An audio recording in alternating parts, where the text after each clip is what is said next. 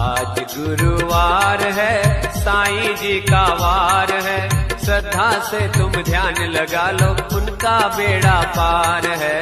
आज गुरुवार है, साईं जी का वार है, श्रद्धा से जो ध्यान लगाए उसका बेड़ा पार है। आज गुरुवार है, आज गुरुवार है, साईं जी का वार है, श्रद्धा से तुम ध्यान लगा लो, उनका बेड़ा पार है।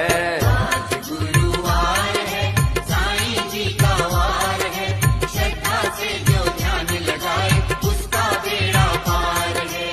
आज गुरुवार है,